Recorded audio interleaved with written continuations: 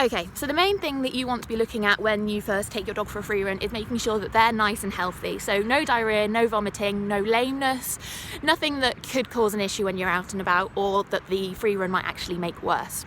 You also want to bear in mind feeding times, so you want to make sure that there's a good hour to 2 hour gap between your free run and feeding, both before and after, and this is to help prevent any gastrointestinal bloat. This is a condition that can prove fatal and needs surgery to correct, which is basically where the stomach twists around, fills up with air, and basically causes a massive internal blockage. So it's not nice, so please listen to that 1 hour to 2 hour rule, just to make sure that we don't trigger anything off there. Another thing to make sure is that your equipment is all working nice and safely. So your lead is completely intact, no frayed bits, no bits that look like it might be chewed through.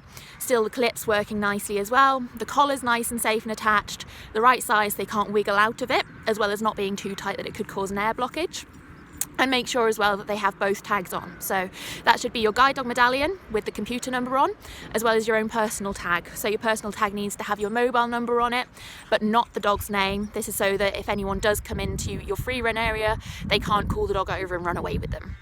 It's also make sure that if your dog does run off, the person can get in touch with you first to save it going around all of the houses, going through the guide dog systems, and then back to you, which can take an hour or so at least. Also, please make sure that you're not running in any bad weather. As you can see today, it's lovely and sunny. I think spring is finally here. But please make sure you're not running in any thunderstorms or hurricanes, God forbid, or in fireworks season. Nothing like that. And please avoid throwing anything that your dog might follow either off a cliff or into a body of water. So as you should all know, we do discourage water for our dogs, so we don't go in there with them and we don't throw anything in with them either, and preferably we wouldn't run them with another water dog because that can often encourage them in as well. So obviously today, Dougal being a reactive dog, there aren't any other dogs around here, but he is very nose orientated. So he loves to find smells and he can be stuck in those smells for ages. So one thing we need to practice is being able to recall our dog away from things like that.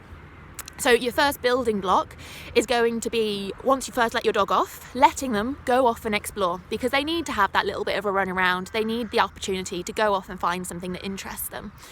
But then what you'll find is that they will break away from that, even momentarily. If it's with another dog, they'll have that initial clash where they'll kind of bounce into each other, have a bit of a play and a bounce around. And then they'll have a few minutes where they just kind of go, okay, deep breaths. I just need to look over here for a bit, sniff the ground a little bit. And it's generally what we call a break in tension. So when they do that, they're essentially disengaging from the dog that's in front of them, and that is your little window to get in there, shout like a banshee, and try and fight for their attentions. That's all a recall is. You're trying to convince your dog that you are more interesting than the environment around you. So if you shout like a banshee, jump up and down, dance around like a lunatic, and make sure that you have some tasty treats for when they get to you, you should hopefully convince them that you are more exciting than whatever they're with.